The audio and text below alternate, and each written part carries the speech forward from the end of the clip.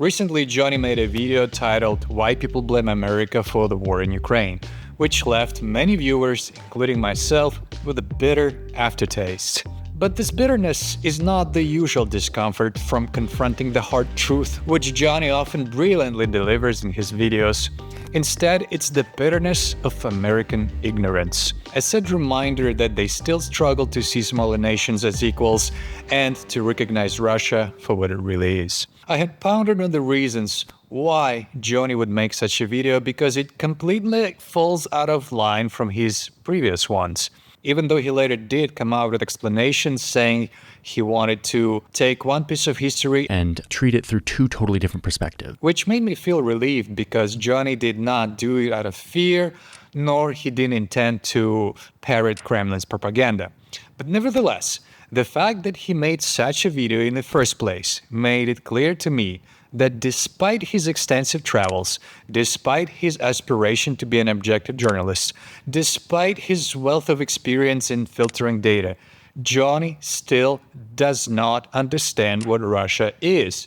So, if even someone like him misinterprets Russia, what can I possibly expect from the personalities like Joe Rogan or Tucker Carlson? Because releasing such a video in 2024 would be an equivalent to releasing a radio broadcast in 1939, why some people blame England for the war in Poland.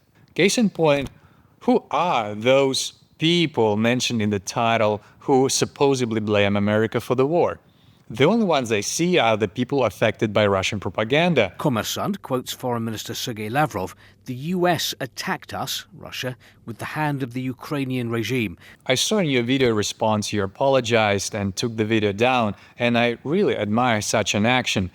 It's okay to make mistakes. After all, we're all human, and only those are never mistaken who never do anything.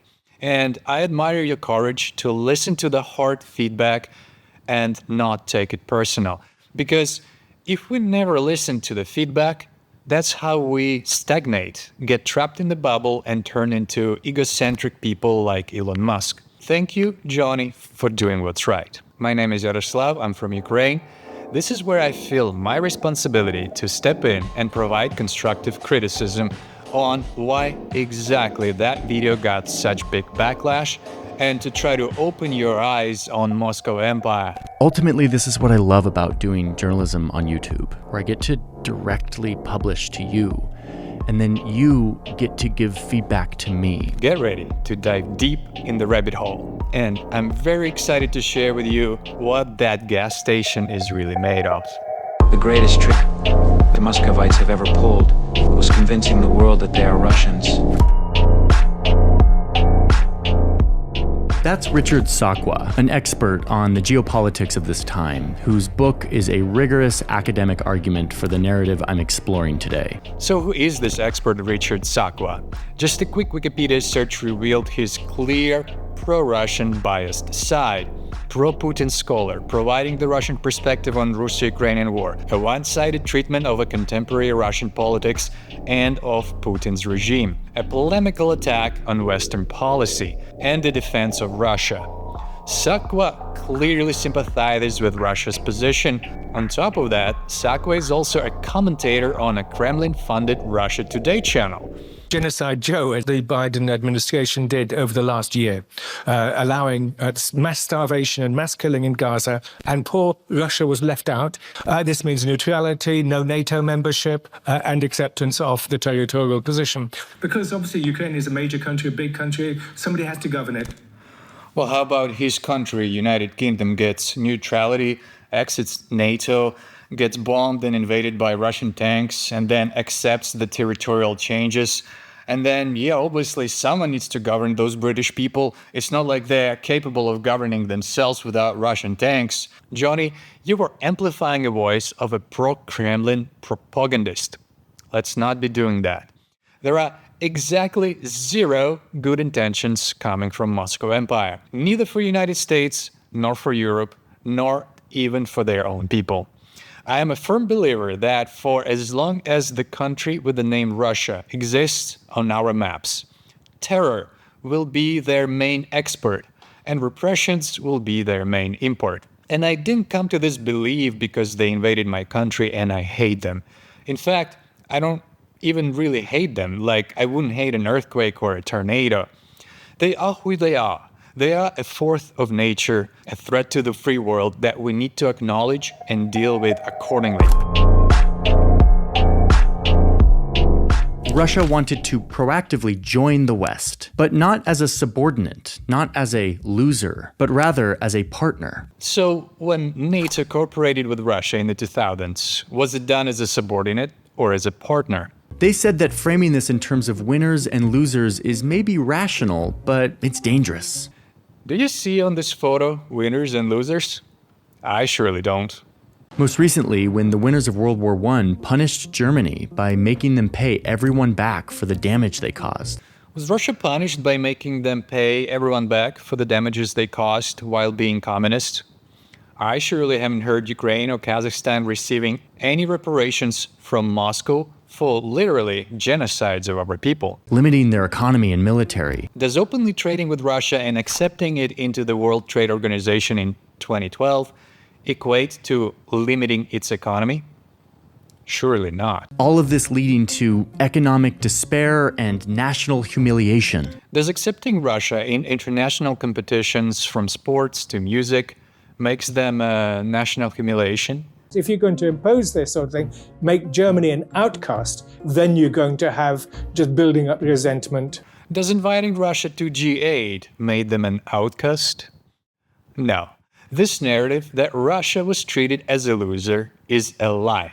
It is a deliberately fabricated narrative, fabricated behind Kremlin walls that Moscow wants you to believe.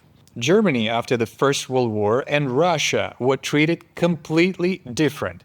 Russia had no limitations whatsoever on what it could do. Quite the opposite. Russia was getting help from the United States to recover. Now I gotta address this narrative about this so-called NATO expansion. Expand our military alliance, expand NATO. NATO expanded. Expand NATO, expanding NATO, expanding NATO, expand NATO to expand NATO. By expanding NATO, The expansion of NATO, continue expanding NATO. This topic was brilliantly covered by the YouTube channel Sarcasmatron in their 4-part series Shut Up About NATO Expansion. I highly recommend watching it, and honestly, everyone in democratic countries needs to stop using the phrase NATO expansion altogether, because it has turned into a weapon that Moscow uses to justify killing Ukrainians right at this moment. As I started writing the script on December 6th, Russians dropped a guided aerial bomb on the city of Zaporizhia, killing at least 10 people. As I was finishing writing the script on December 10th, Russians hit a hospital in Zaporizhia and killed 3 people. This horror happens daily in Ukraine, and no city is safe. Russians do that not because Ukrainians are a threat, but simply because Moscow knows that it can get away with it. So, every time you use a phrase like NATO expansion, you are giving them ammo. The term NATO expansion is misleading. It implies that NATO gets bigger from within. It paints the United States as greedy for dominance. But the truth is, NATO's purpose is to protect weaker nations, not to control them, not to dominate over them. In fact, initially the United States was not even eager to let Poland join. Polish basically blackmailed their way into alliance and even got Moscow's approval, though they never should have needed to do that. I think a much more accurate phrase would be countries joining NATO, or NATO membership count increasing, reflecting that sovereign nations voluntarily seek security within the alliance. Now, I wish Ukraine would be a part of NATO, but we were denied such a chance every time our presidents asked, and we're still being denied today. As if Ukraine didn't do enough to prove for which values we really stand. What's even more bizarre to me is that NATO countries have all the means to stop the bloodshed, but still choose not to do that. For example, on September 4th, Poland, with the support of the Allies, could have intercepted a Russian missile that killed Yevgenia, Yarina, Emilia, and Darina. But instead, they chose to just watch people being murdered. To me, it's like watching your neighbor burn alive while sitting on a pile of fire extinguishers. And what's yet even more bizarre is that it's actually in your best interest to stop the fire in the neighboring country so that it does not reach your border. So, even despite it being in your best interest, despite the fact that you would be saving lives, despite the fact that you would send the message that you have what it takes to face the tyranny, NATO still does not do it. This is something I still can't fully comprehend why it's happening. NATO countries could have saved thousands of human lives, but chose not to do that, thus creating perfect conditions for evil to grow. After all, that's all it needs to grow, for good people to just watch and do nothing. This is a bitter reality, but I digress. Let's move on to the point of this video. He says that expanding NATO would, quote, to have an adverse effect on the development of Russian democracy. It would restore the atmosphere of the Cold War to East-West relations. The idea that countries joining NATO would have an adverse effect on development of Russian democracy and would restore the atmosphere of the Cold War is entirely false and is exactly the illusion Russia wants you to believe because it justifies their behavior. The truth is, the empire of evil, not for a moment of its existence, has ceased being evil. Not for a single day have they abandoned their imperial ambitions to conquer Kiev, Riga, Warsaw, Istanbul, or Lisbon. Not for a single day have they released their dream to see United States in ruins. In fact, how can one expect any other outcome than that? On which basis would one expect the evil to stop being evil? Let's take a look at our input variables of Russia in the 90s. We have a population that has never, in its entire history, experienced true liberties. A population that just 130 years prior lived in serfdom. A population that was just emancipated from a 70-year-old communist experiment. A population that still deeply associates servitude as patriotism and regards themselves as superior to others. A population that has never had a benevolent ruler, unless you consider Gorbachev for a brief time, who was instantly labeled as a traitor. We have a population that did not really form a nation. I will explain this later in the episode.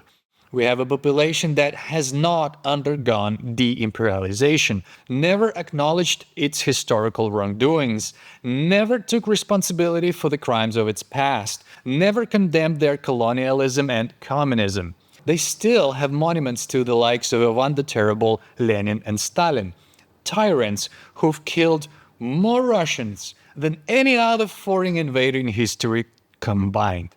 So, with such input variables, can there be any other outcome from the one we have today? I don't think so. If we were to add a variable like NATO membership count, it would not matter whether it increases or decreases. The output would still be the same. Yes, the Moscow Empire got smaller, they went through economic hardships, but population thinking remained unchanged. Even worse so, it started associating democracy as a cause of their economic hardship. For Russian people, democracy is synonym of criminal anarchy. They never saw democracy as a working rule of the law mechanism. They don't know what it is.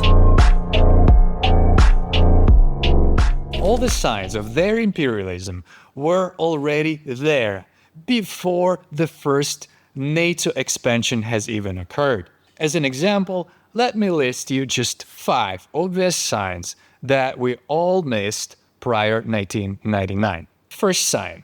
In the 90s, their most popular comedian was this guy, who was joking about Americans being dumb and how Russians are special, soul-bearing people. I remember when I was a kid, I loved his jokes. Joke about America! ко мне стали подходить на улице люди и говорить: мы побывали в Америке, вы правы, они такие тупые. Я говорю, это вы мне рассказываете после этого? Yeah. Sign number 2. Listen to what Mikhail Zhirinovsky has to say. He is the leader of a political party that had consequently had a place in the Russian parliament since 1992 and to this day. Ликвидировать Армянскую республику, Азербайджанскую республику и Украина способ только один. Ликвидация национальных государств. Ukraine, Armenia, Azerbaijan, and other former Soviet republics must be eliminated as soon as possible and turned into provinces of Russia. The right of nations to self-determination is a misunderstood term. Так это ошибочное понимание. Право нации на самоопределение. Sign number 3. Listen to what young Putin said. А именно трагедия распада нашего государства. The communists of 1917 planted a time bomb under the unitary state known as Russia. They broke our homeland into separate principalities, which had never even existed on the world map before, and endowed them with governments and parliaments. The tragedy of the collapse of our state can only be described as such, a tragedy. Yeah, those principalities that supposedly never existed. He's talking about the 14 nations that got their freedom.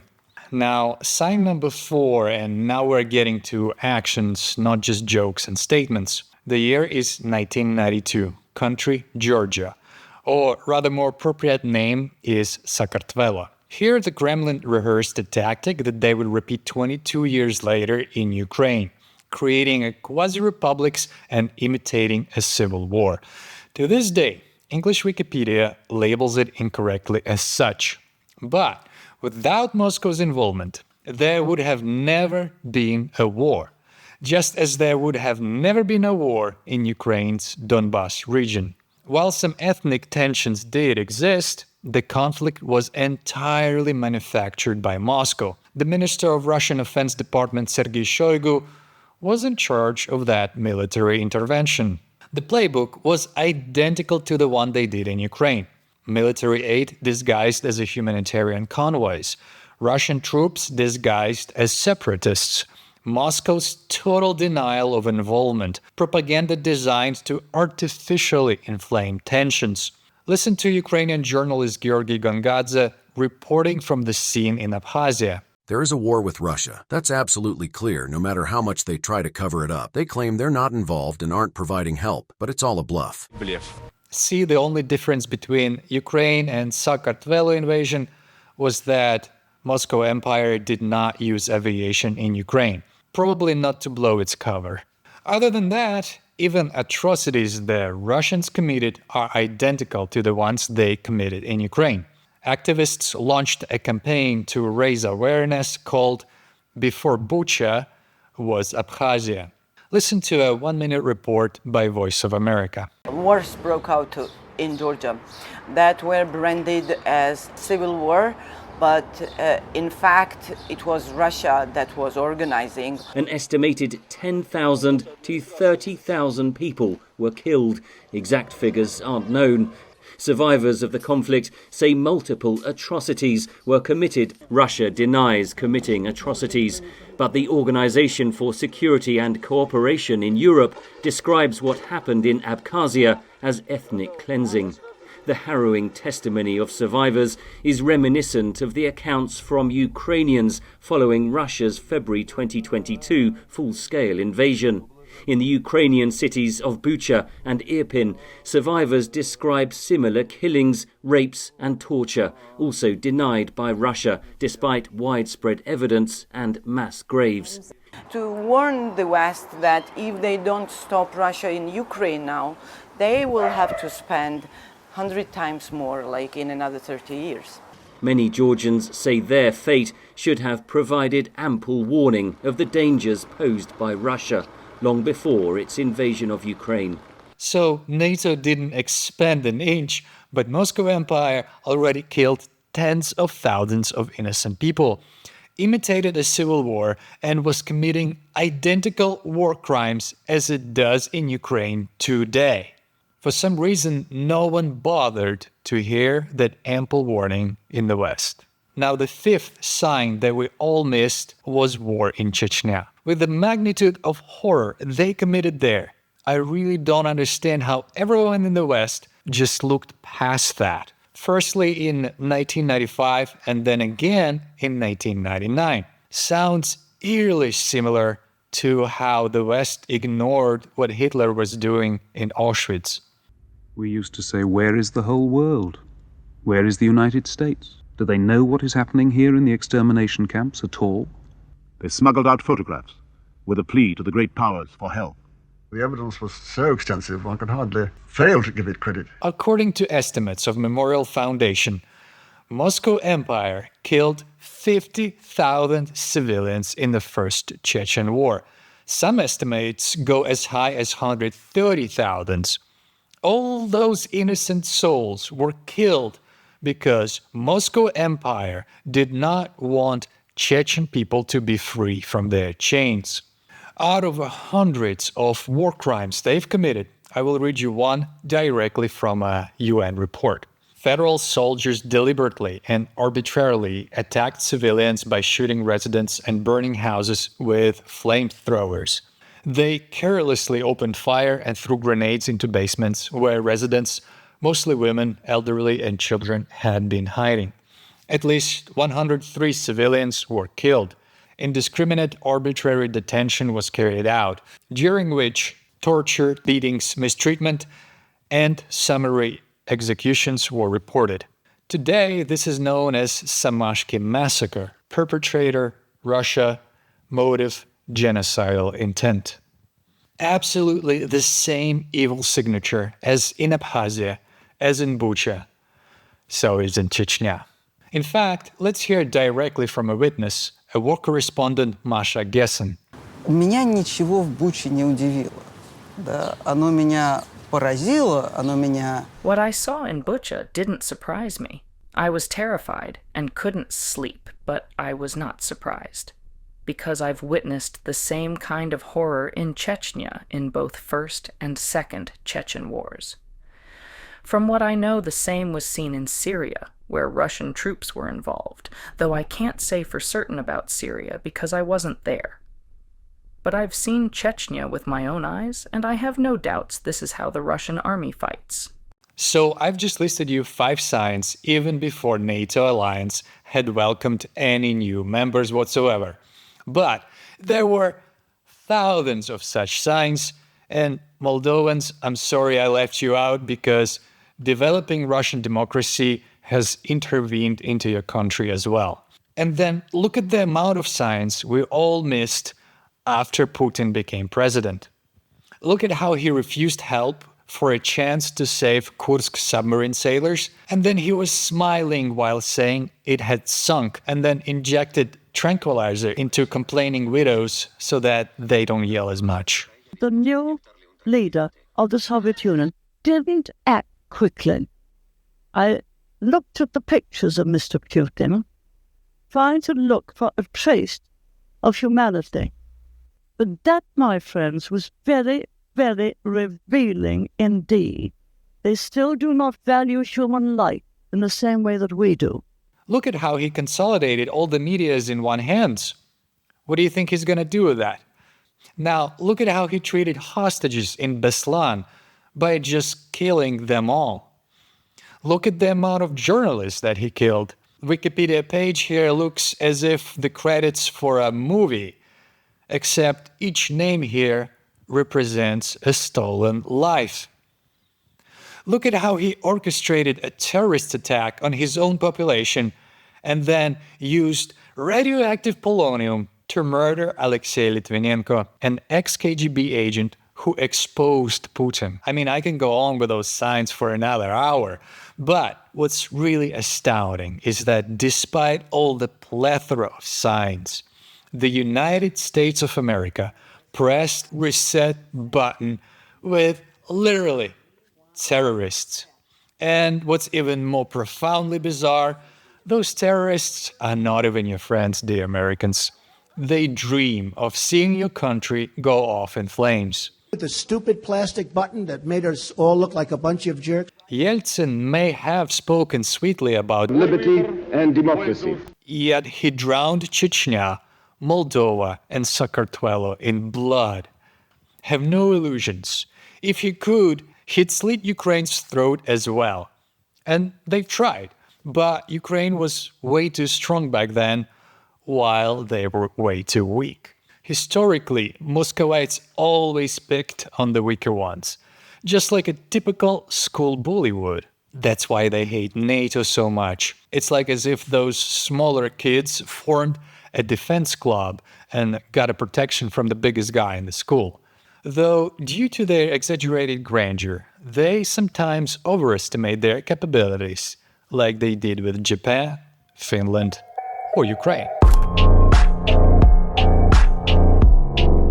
Now, despite being weaker after the collapse of Soviet Union, Russians worked diligently to undermine Ukraine at every turn. They meddled with our sovereignty twice before annexing Crimea in 2014. They've seeded division among Ukrainians through propaganda, and they've spread lies to ruin our international relationships. For example, like the false claim that Ukraine sold radar systems to Saddam Hussein, which actually ruined relationship with the United States at the time.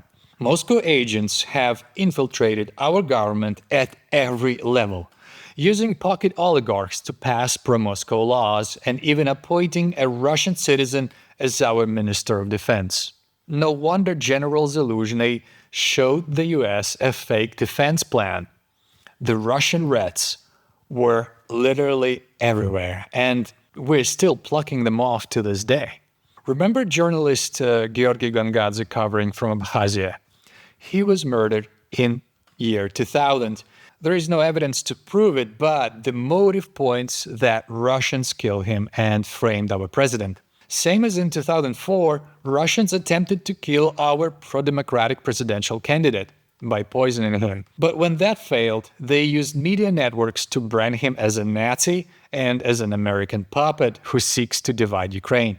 Through bribes, through natural gas blackmail and anti-Western propaganda, through sweet lies and empty safety assurances, they systematically, over the next 23 years, dismantled Ukraine's defenses and left us isolated, so that Ukraine had no ability to resist and no allies to ask for help when the time came for the Empire of Evil to make its next move. And then make you believe that the United States is to blame. A perfect combo, isn't it? Muscovites have destroyed the Ukrainian state in the 18th century. They have destroyed it in the 20th century, and they're trying to destroy it today. In the past, they have starved millions of us to death.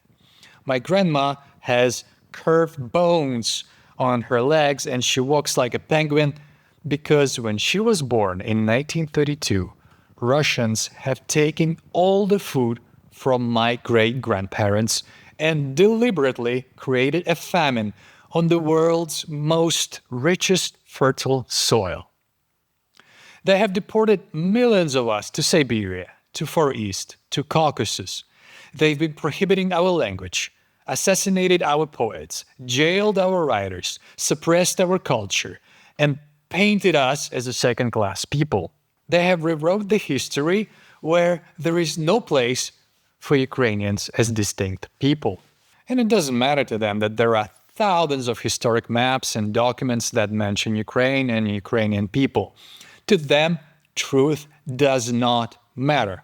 They will literally stare at an old map where it says Ukraine, the land of Cossacks, and claim that there is no Ukraine on it.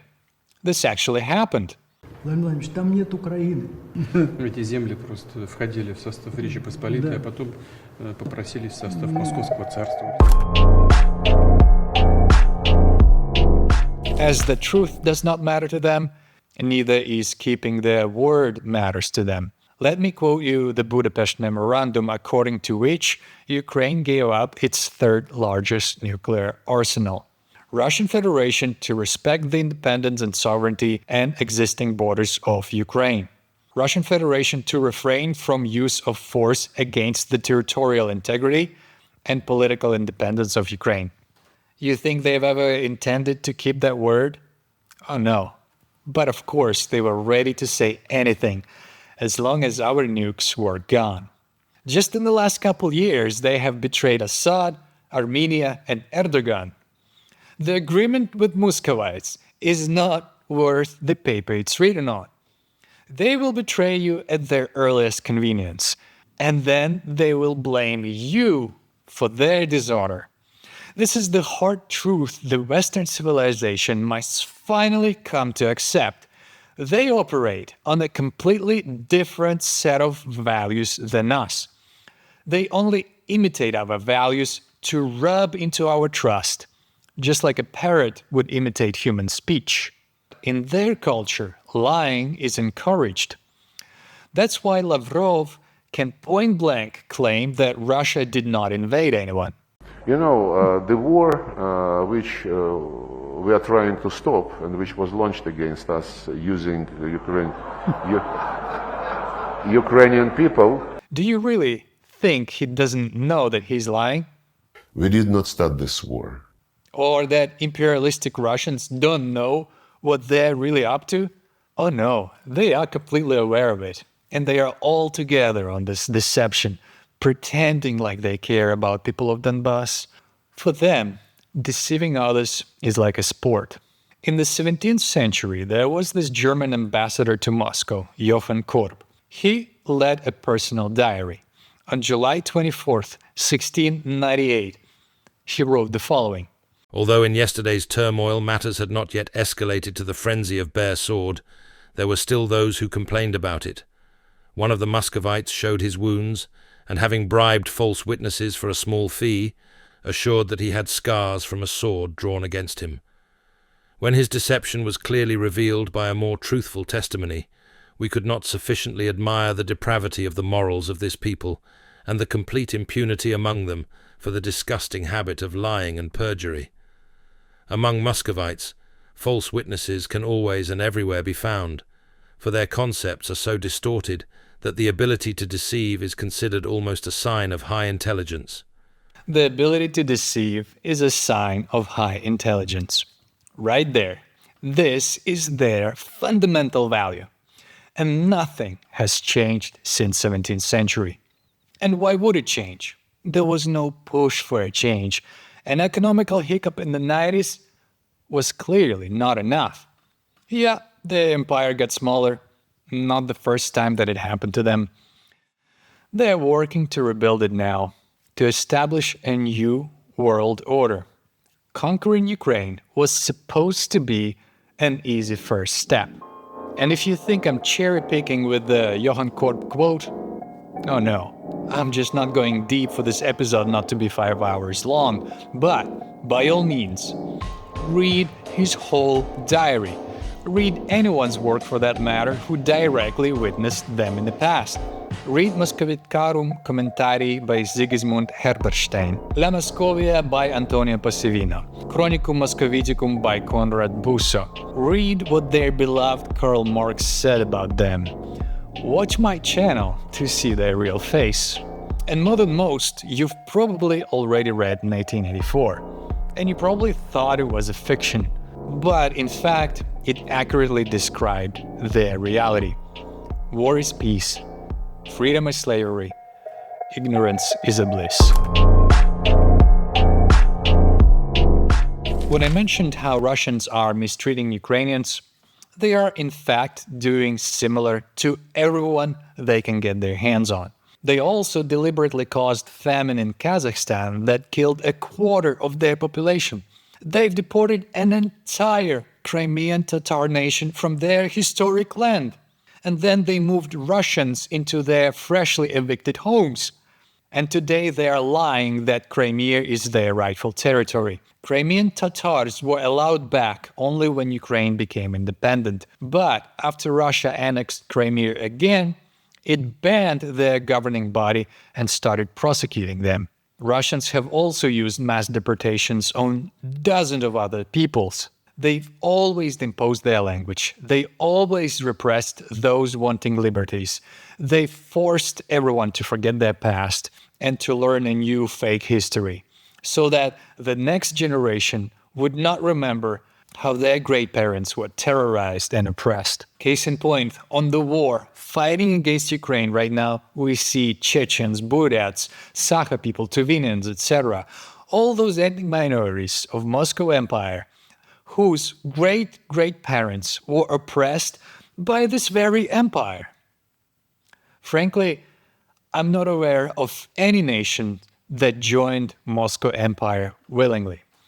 Everyone was forced into obedience. Everyone is being brainwashed into becoming Russian. Something similar to how Ottoman Empire was creating genocides. People that have no historical memory. People that do not know their past and seem like they don't even want to know it. And those are not even my words.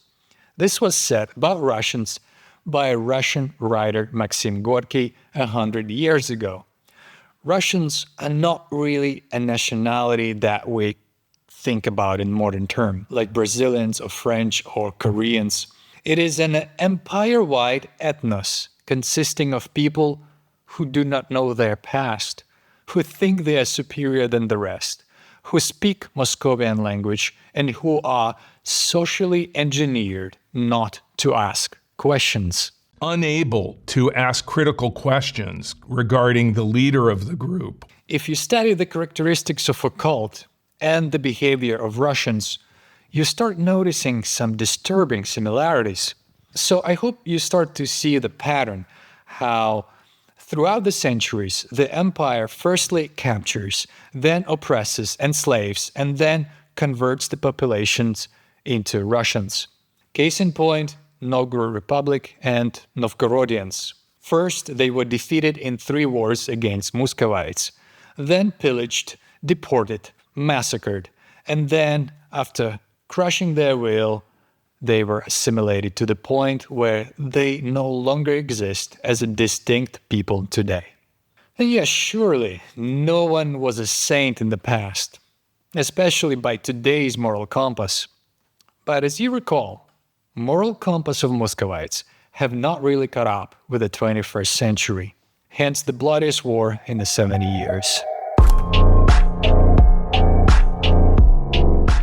I'd like your help to conduct an experiment. Please share in the comments where you're from and what Russia did to you or your country in the past. Perhaps you can share a personal story like I did with my grandma. Also, if you can name a treaty or agreement that Moscow betrayed your nation on, please write it as well. I might make a video of the collection of times that Muscovites have betrayed their word.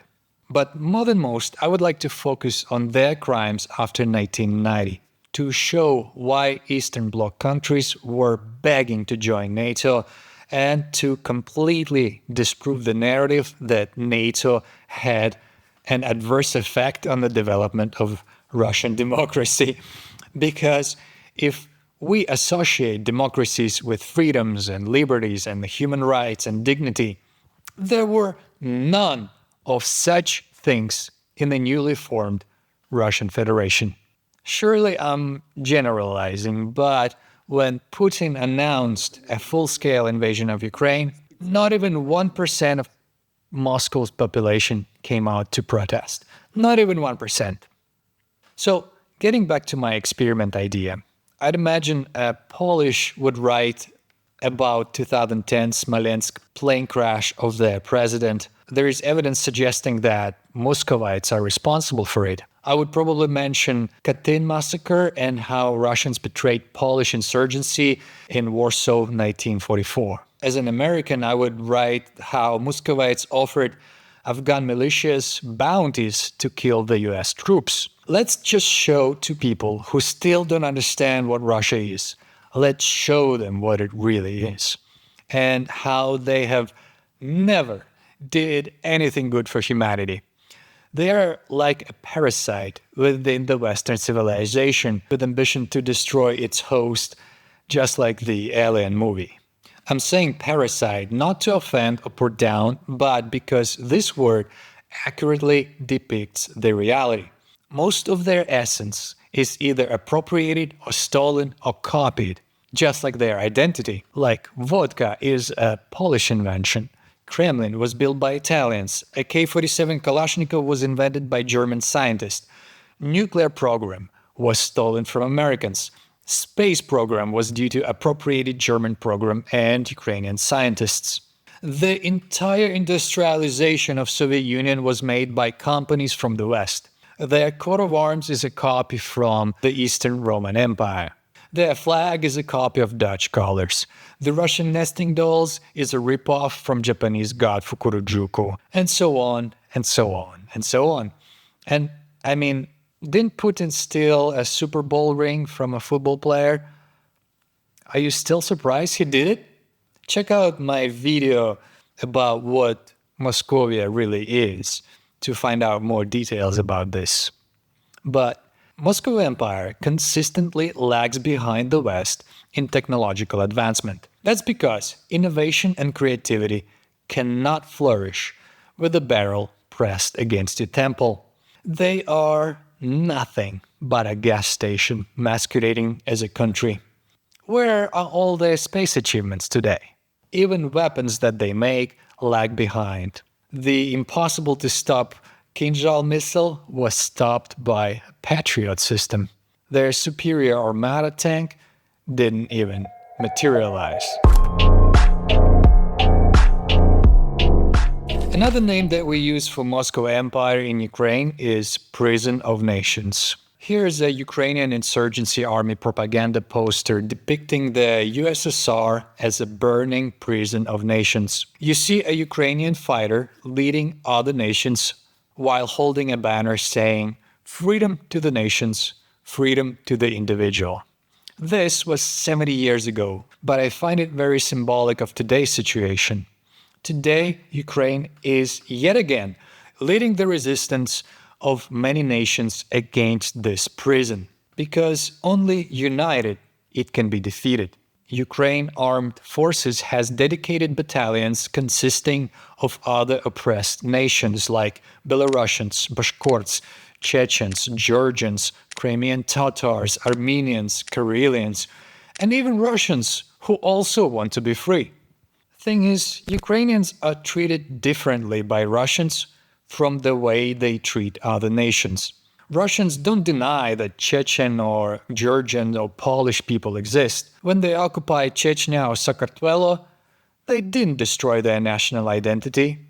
But oh boy, they deny that Ukrainians exist. They seek to destroy our national identity in any of its shape or form. When they captured our city of Kherson, they didn't just occupy the city, they got busy turning it into Russia. They took down the Ukrainian flag and replaced it with a Russian one. Yep, they destroy our flag with blue and yellow colors, which were the colors of real Russian kingdom. They destroy our coat of arms, which is actually a real Russian coat of arms. They oppress for speaking Ukrainian, the successor to real Russian language. For example, this Muscovite blogger boasts how he sends Ukrainian women to the basement just for speaking Ukrainian and refers to us as crap people. But basically, yeah, they deny that Ukrainians exist as distinct people. They put up these creepy billboards with like young children about Russia being one people and Russia is, quote, here forever. And you've probably already guessed why Ukrainians get this special treatment from Russians. It's because we are witnesses of their identity theft. We are the descendants of real Russian people, aka Ruthenian people, just like Italians are descendants of Romans. Johnny, in your video, you say that how modern-day Russia started here, in Kiev, which is actually modern-day Ukraine. So, what is your source for stating that? History textbooks printed in Moscow? Modern-day Russia did not start in Kiev, the same way modern-day England did not start in Rome. Even though Londinium was founded by Romans, the OG Russia was our medieval state, and the region where Moscow originated was a conquered colony of Kiev. The same way Britannia was a conquered colony of Rome. I meticulously explained this in my video, Theft of Millennia. A must watch. For as long as we, Ukrainians, exist, we are like a living evidence of them being pretenders. Ukraine is like a deep crack on a shiny mask of Moscovian facade. That's why they're not just trying to destroy our country, but to genocide us from existence. Today, we can sometimes hear them justifying their war as liberation of Russian land, a really perverted and twisted reality that they managed to impose on millions of people. In your other video, Johnny, you sympathize with Putin. That's what Putin feels. And so I kind of get what he means there. There's a deep heritage and connection between these people. And he's seen that falter and dissolve, and he doesn't like it. He clearly, genuinely feels a brotherhood and this deep heritage connection with the people of Ukraine. I also meticulously disprove that myth of connection in this video. Check it out. So, I've started this segment with a poster about how Ukraine unites and leads others into a crusade against the empire of evil.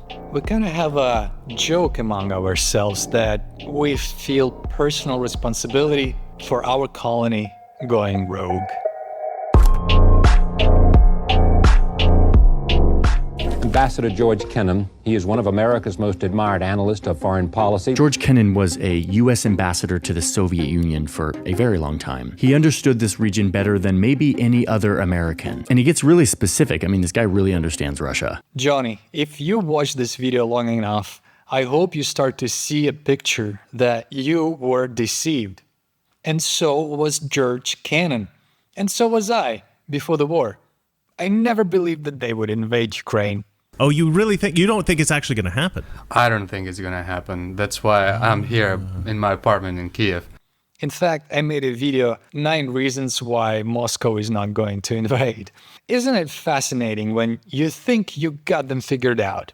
You think that that guy really understands Russia. But in reality, we all fell into their trap, neatly prepared for us beforehand. You know who really understood them well? Johar Dudayev, the first president of Chechnya. Listen to him predicting invasion of Ukraine in 1995. He also lays out the original plan that they had. И оставить кавказцев, по сути дела, без Кавказа. To make Caucasus people without Caucasus, this was essentially their plan. Next would be Crimea. After Chechnya, all those troops were intended to be redeployed to Crimea. In Lithuania and Belarus, they planned a corridor to the Kaliningrad region, already occupied by Russian forces that had no other purpose. Rape, murder, and looting was their motivation. In Estonia, the Narva district was similarly targeted and occupied.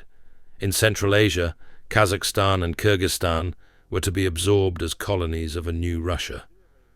With the rest, they planned to wage war by using Kazakhstan and other Central Asian states. These were roughly the plans Russia had until the end of 1995.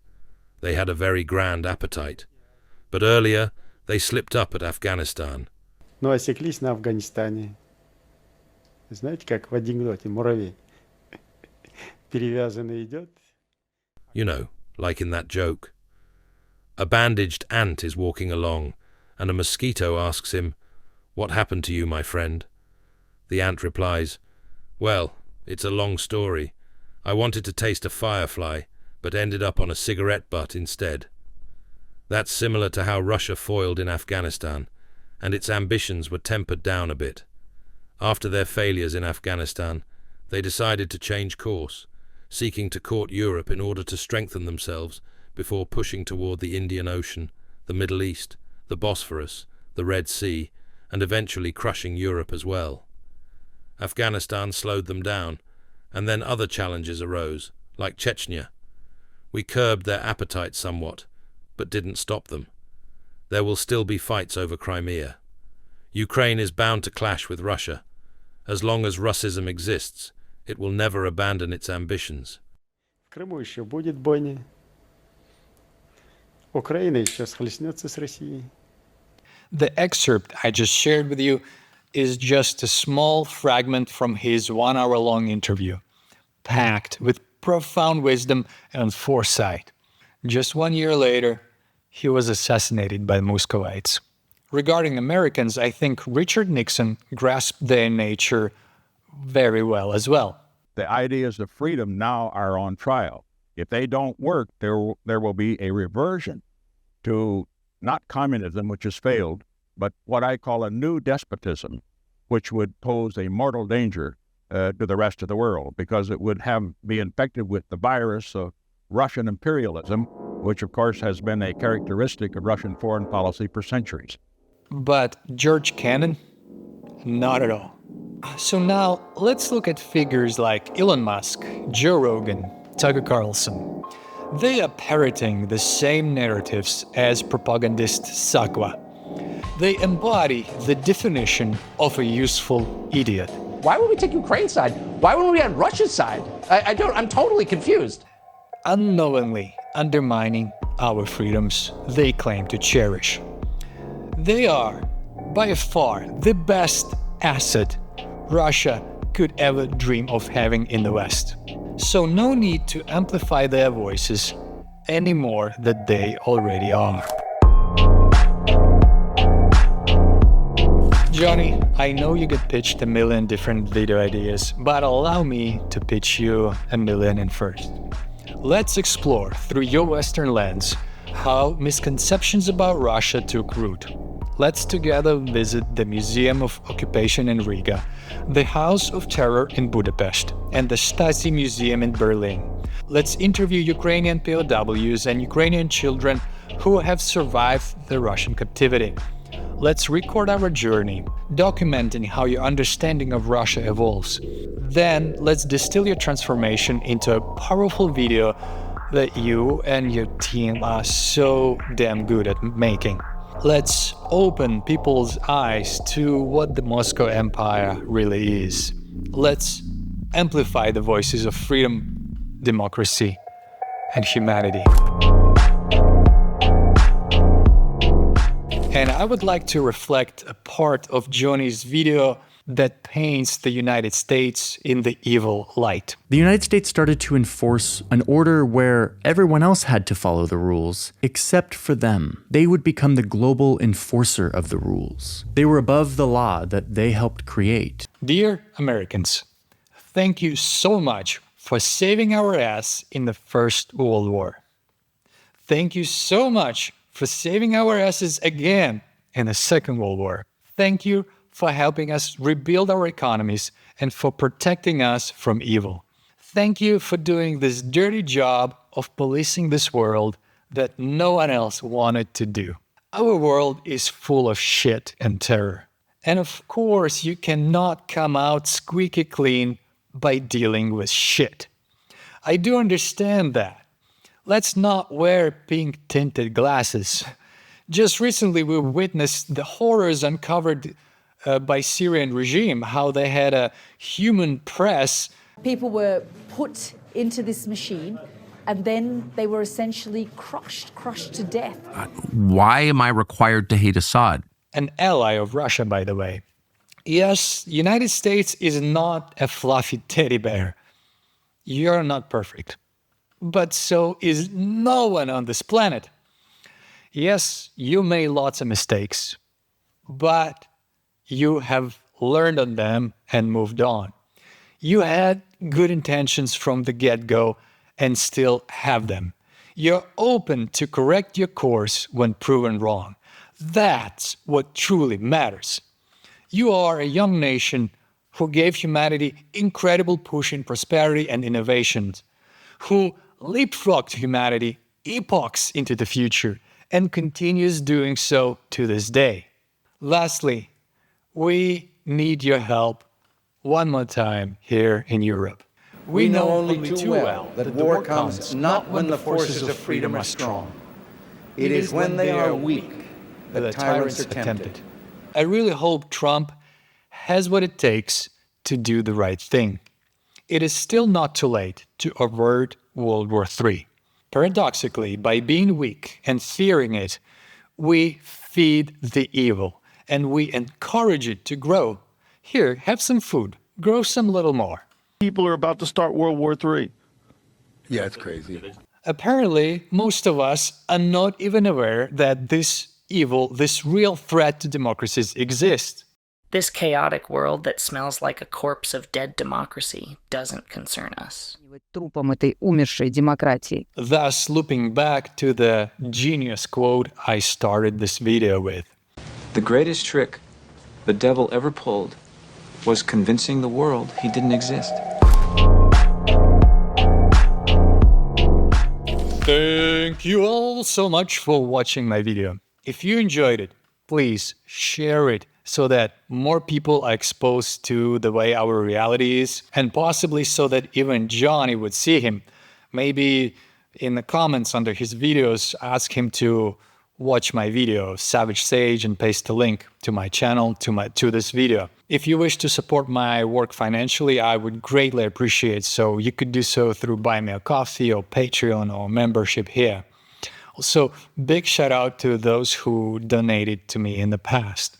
Peace through strength, my friends. From now on, onwards. What is going to happen? I predict to you that it will be another step in Vladimir Putin's strategy to separate eastern Ukraine from Ukraine and perhaps a land bridge to Crimea. No, it's a very bad result. And again, we would not send weapons to the Ukrainians when they were begging for them. We wouldn't even give them intelligence because we didn't want to, quote, provoke Vladimir Putin. By showing weakness, we provoked Vladimir Putin.